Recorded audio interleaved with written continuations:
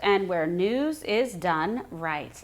And today we have full coverage of the fourth act of election interference by the corrupt left-wing bad actors destroying our legal system.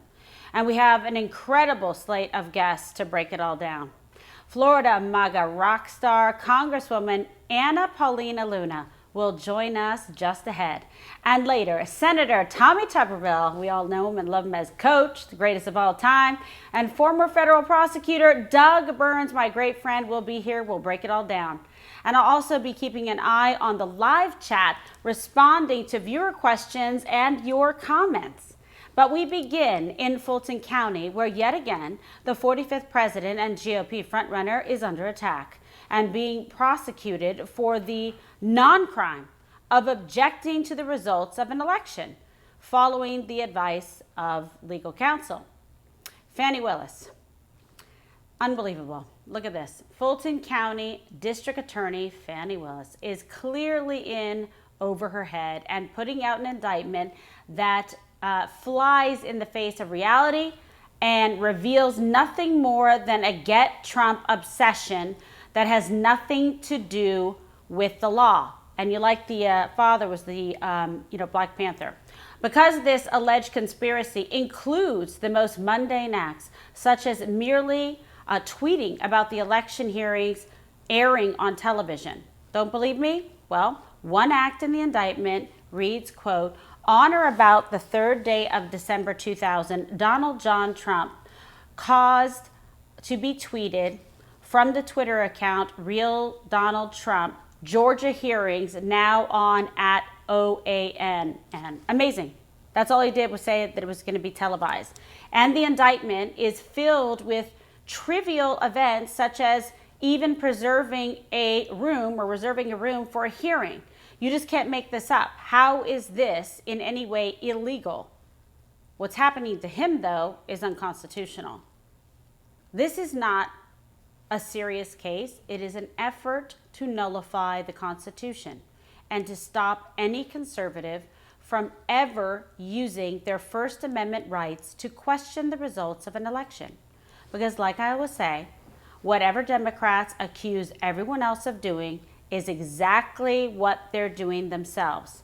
Hillary Clinton used illegal tactics to try and thwart the 2016 election and then deny the results, and had dirty cops launch a years-long Russia hoax investigation against President Trump. And what about the fact that Fulton County uploaded the charging documents to their website before the grand jury even returned the indictments or finished deliberating? How is that not the most obvious due process violation imaginable? Now, the Fulton County clerk claims it was a, quote, mishap. I'd say so. But how could that even happen in the first place unless the fix was in? Here's her bizarre explanation. Watch. Alexander says she was under a lot of pressure to make sure this process went smoothly. There were no hiccups. She says in trying to be perfect, she made a mistake, and instead of hitting save, she hit send. I am human. Fulton County Clerk of Court Shay Alexander says even though she's human, she strives for perfection. And that's how the mishap happened. The mishap was she inadvertently posted the indictment charges against former President Donald Trump. So the Fulton County District Attorney's Office was caught lying. The document wasn't fictitious like they said. It was real all along. And this sham indictment always had a predetermined and preordained outcome. And the real question is, how much did Fani Willis coordinate with Washington and Jack Smith, quite frankly?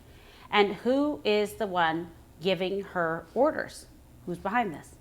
Was the timing of all of this to try and cover up what's happening inside Garland's DOJ? Sure looks like it. And Donald Trump reacted on Truth Social, writing, quote, remember, all of these indictments were conceived and generated by crooked Joe Biden and his staff of radical left lunatics and thugs for purposes of interfering with the presidential election. None of these trials should be allowed to begin prior to the election. Republicans must get tougher and smarter fast. Now, one of those tough Republicans, she's a favorite, is Florida Congresswoman Paulina Luna, who recently traveled with President Trump to the Iowa State Fair, where the enthusiasm was as high as ever. Here's a video her team put out from the trip. Take a look.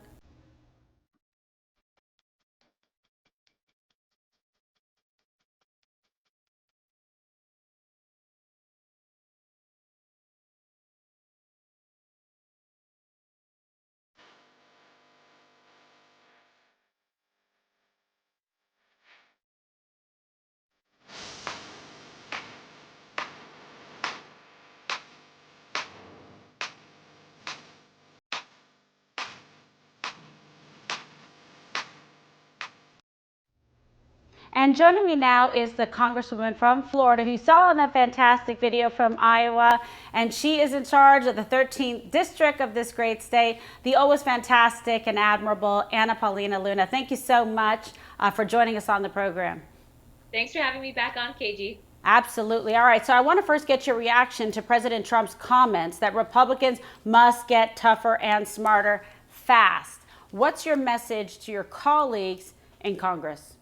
Well, I share the same frustrations. And frankly, right now, I know a lot of people are saying, okay, well, what are we going to do about it? So if I can just kind of explain the process real quick. So Sure. What's happening currently is there is a motion that's been filed by Representative Andy Ogles from Tennessee to basically defund the Jack Smith position and essentially the investigation. And so that will likely come this September during the appropriations process. But because it's considered something, it's not a privilege motion, which means that we can't call it up directly. It has to come from House leadership.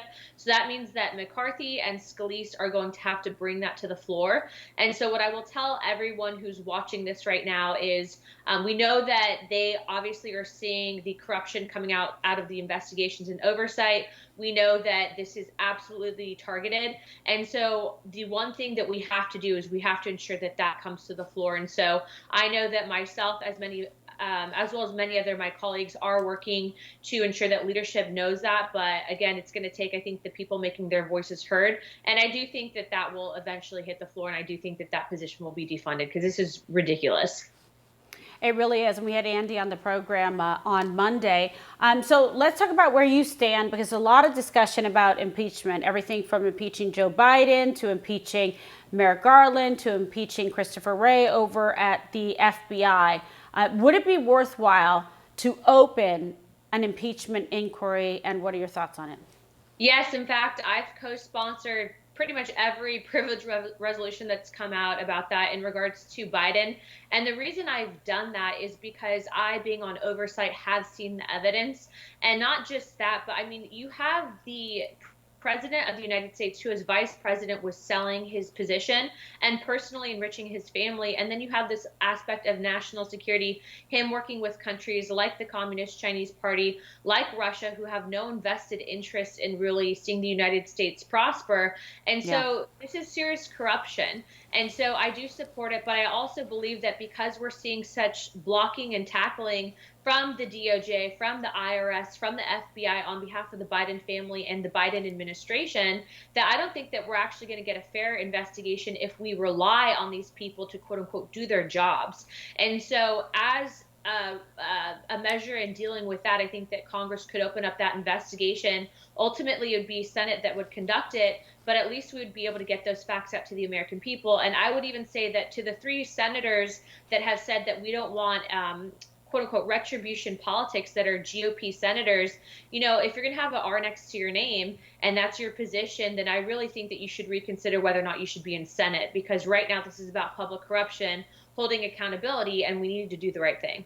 Yeah, reconsider, get out of the way, get out, because we need people who are actually going to be fighters and do something about this. It's not a bipartisan issue. This is for the betterment of the country.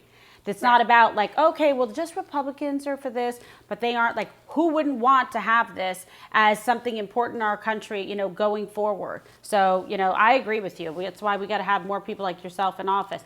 Okay, so as we said in that beautiful video with nice, like, you know, music to it, you were recently in Iowa with the president. And what did you take away from, that trip, just the experience of it? I can give what my opinion is about him and how he's doing, but I want to hear other people's opinions so the viewers, the listeners out there can say, what is the level of enthusiasm in the ground, what he's doing, the trips that he's taking, the people he's interacting with, and then, of course, your personal experience with him, because you have spent a lot of time with him, and your Florida delegation, you guys traveled with him to Iowa. Yeah, I think that it's incredibly important to note that you had multiple members, conservative members, members that are very vocal and respected in the state of Florida, not only backing President Trump, but going to a state with him to campaign on behalf of him. It is really, I will say this from a campaign perspective, right? When you see that type of grassroots support and groundswell of people that are willing to not just show up, but I'm talking about by the time President Trump got there, people could not get access to the fair within 10 blocks. I mean, it shut down the area.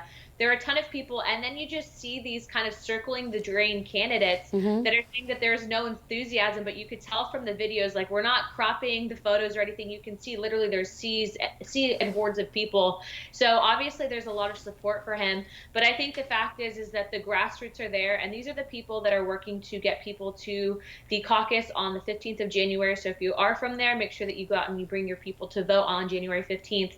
But, it's incredible to see. I imagine it's like traveling with the Rolling Stones, but politics. So, yes. I mean, it's incredible to see from a candidate perspective, but then also from someone who's in office to see that the American people really do love him. And it's because I think he really understands issues affecting us, but is also to someone that's being targeted because of the fact that he's standing for we the people. So that's the first thing.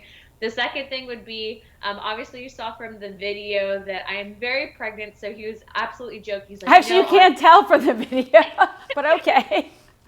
Well, he was like, if you give birth on the plane, you have to name the baby after me. So that was kind of like the ongoing wager, and everyone was joking. But he's a very kind person, and I just wish that more people could see that side of him, because the media likes to paint people as enemies, and they like to try to brand someone so that people will outright hate them. But when you actually get to know the president and you see the type of person that he is, I mean, in all actuality, it would be a lot easier for him to not be in office and just enjoy his money and sail off into the sunset. But the fact is he's a fighter, and he's not going to do that, and not going to leave us empty-handed and abandoned. So a lot of respect for him. So let's talk about something which is, it's a pretty tough issue in terms of, there's congresswomen and congressmen and senators coming out saying, hey, listen, it's time to unify the party around Donald Trump, because there are people running in this primary. We have a debate, etc., coming up. What's your position on that? I mean, I was one of the first, I think, few people to come out and openly endorse President Trump. And I'll say it now and I'll say it again. This primary is over, and it's been over for a while. The polling is not lying. I mean, President Trump, if you're just looking at stats, is 50 points ahead in some states. Yeah. To include, he's projected to absolutely crush it in the state of Florida. So I'm right there with him. I mean, the Republican Party as a whole, just look at what the other candidates are saying. The fact that you have candidates attacking President Trump, even though we know that some of these that these indictments are total BS, just tells all you need to know about their platform and their position and who they are as elected officials. And so I would say that right now our main target and focus is looking at the actual Democrats and who they're going to put up. And frankly, what I'm seeing is massive corruption out of the DNC. You have Joe Biden, who I don't even know if he's cognitively there, but yet he's still doing things. And it just came out today that he had some pseudonym that he was using to talk to Hunter Biden's associates on a burner phone. I mean, that doesn't even sound right.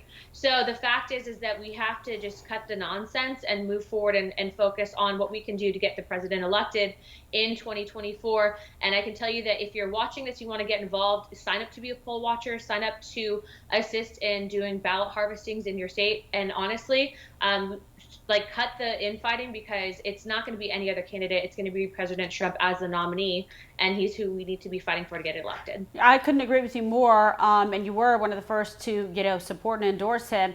And you know how we feel about you. And Don Jr. and I have been out there supporting you from day one in any race that you've been involved in, because you're the quality that we need and the integrity to serve the American people, not just Florida, the 13th interest, but actually the country, right? Because you're out there doing the fight for the good people.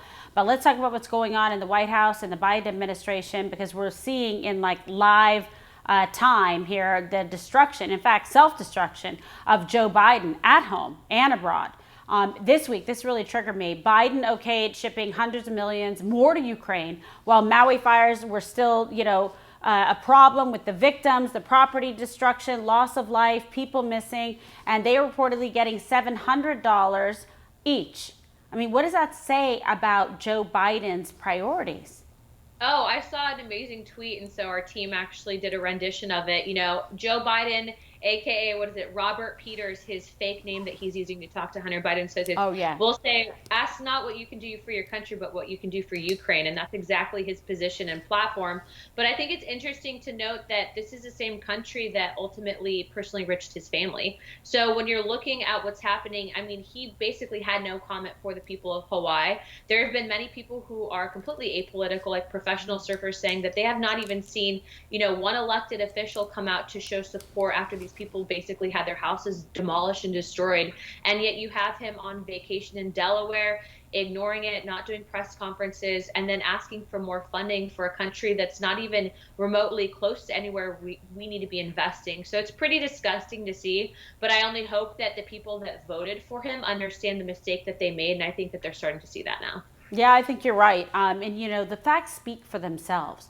This isn't like fake news or a partisan twist. It's a big problem because we see what's happening in this country. We see the impact. We see the priorities of overseas, like Ukraine, et cetera, but no surprise with Burisma and everything. But also, I just want you to give us a little roadmap, if you might, for the Oversight Committee, from now kind of through the end of the year. What do you think should get done? What's high level priority on that agenda?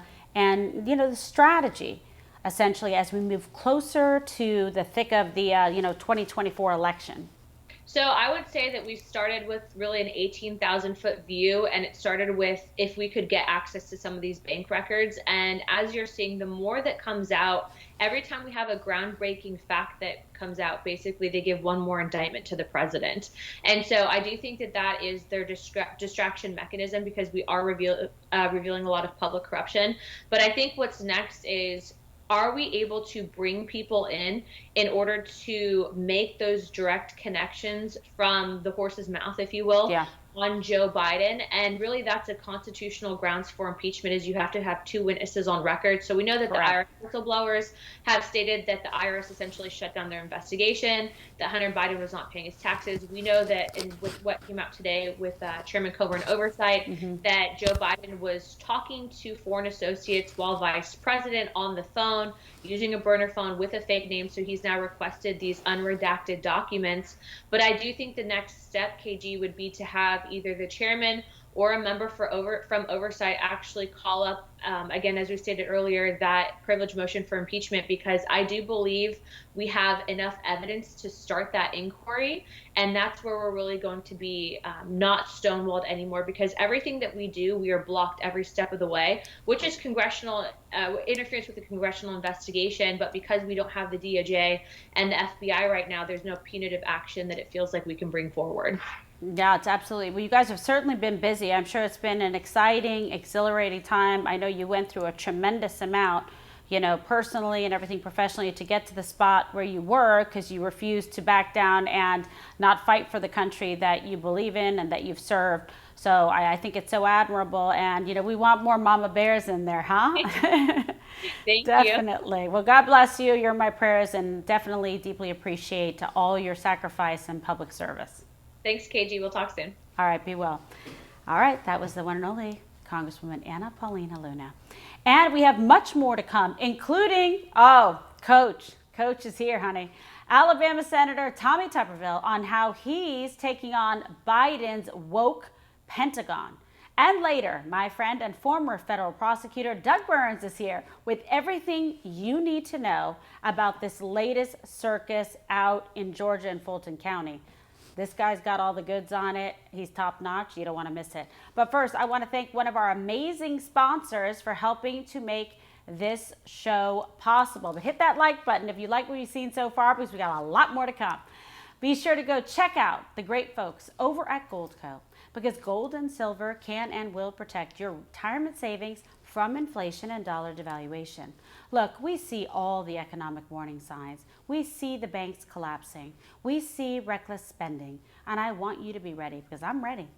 With Goldco, you can take action to secure and stabilize your portfolio.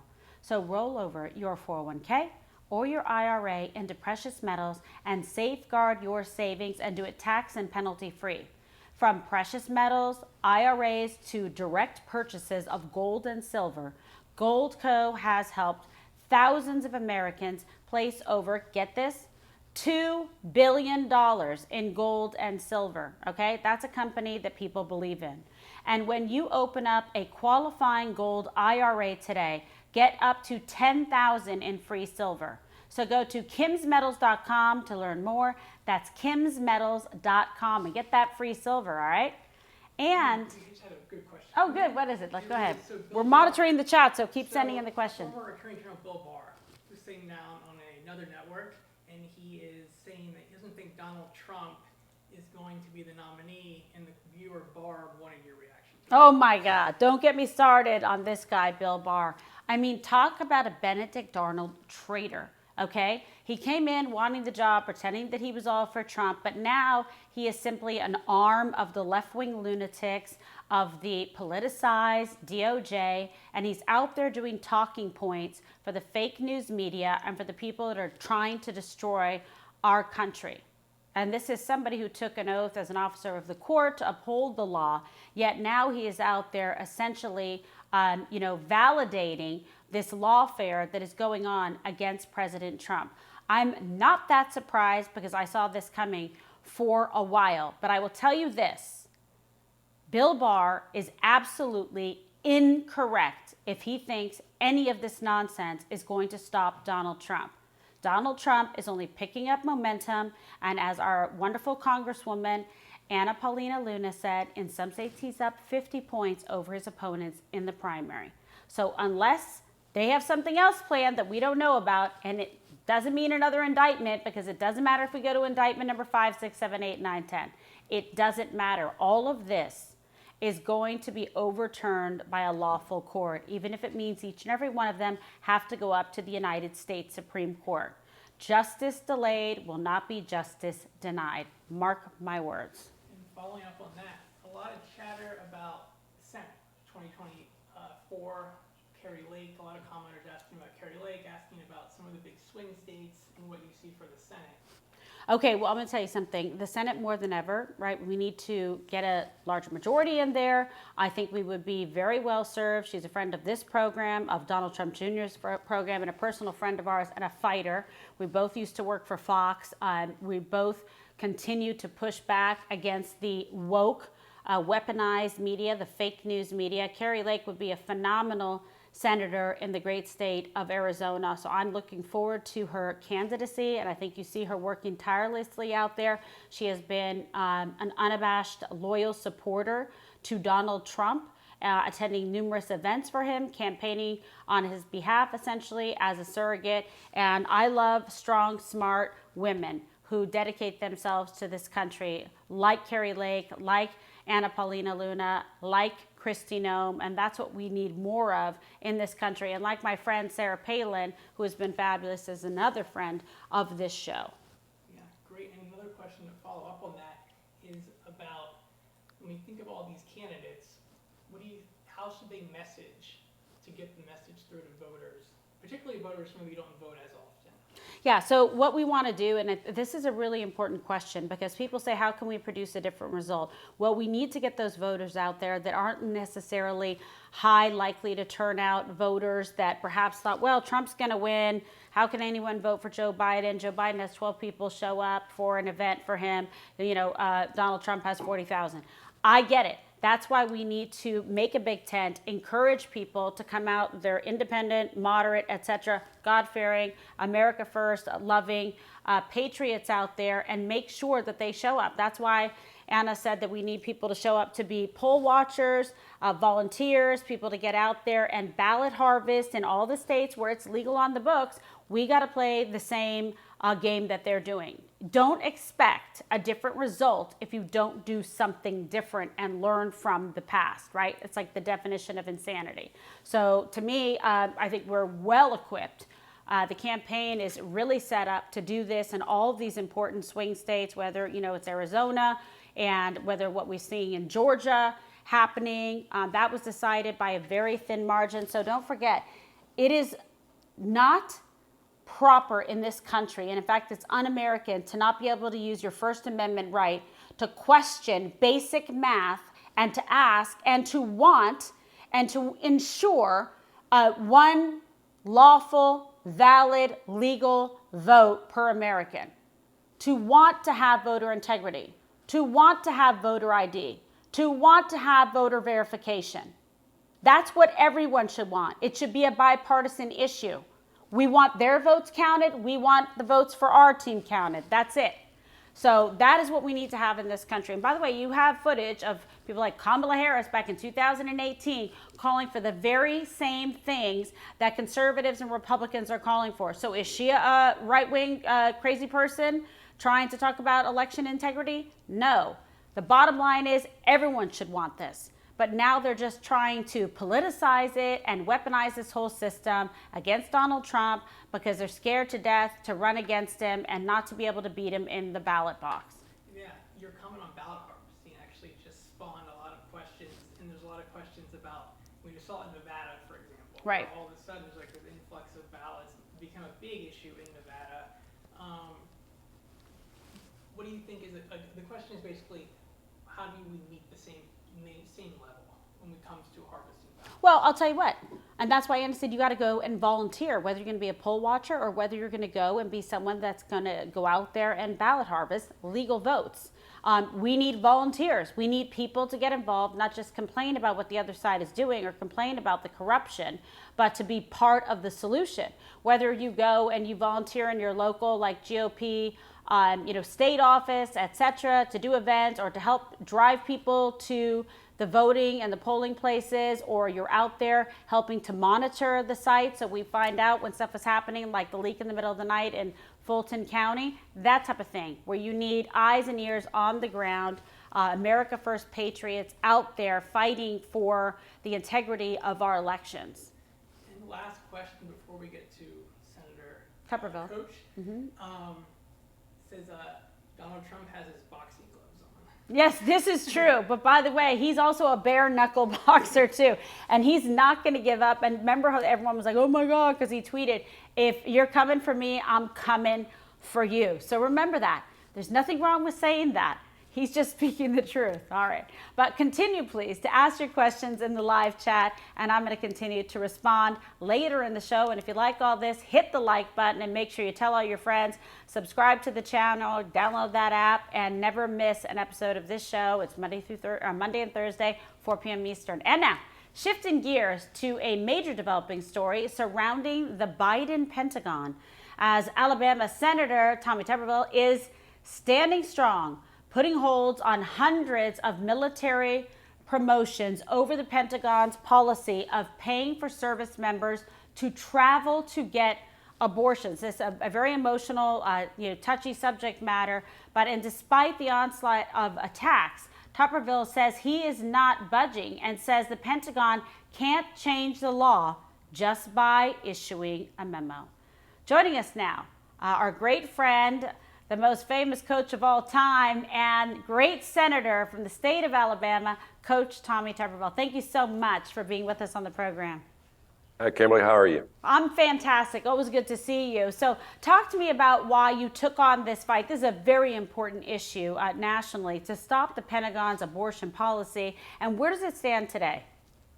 Well, Kimberly, I've been up here almost 3 years, and the animals are running the zoo. After President Trump left office, they haven't done anything that's actually gone through the Constitution. Everything is circumventing the Constitution. And yes, this is really about taxpayers having to pay for something to do with abortion.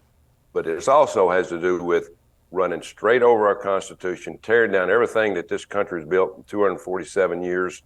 This is just something where we can fight back a little bit to let this White House know, you're not going to do this. You're going to have to do it the right way, or take your time. And I'm holding these up, Kimberly, but I'm really holding up a group at a time. They can bring them, Schumer can do them one at a time and have all these confirmed. They don't want to do that. They like it easy, but they don't want to really admit that they're wrong here. No, they so don't. we're at a standstill right now.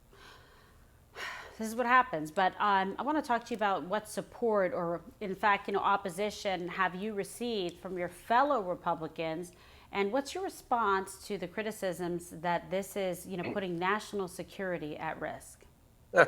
Well, if the national security at risk, they need to be going back to the old policy and getting our military ready, because they're the ones that can handle that. National security is not a problem here, because you don't change a position just because somebody's not promoted.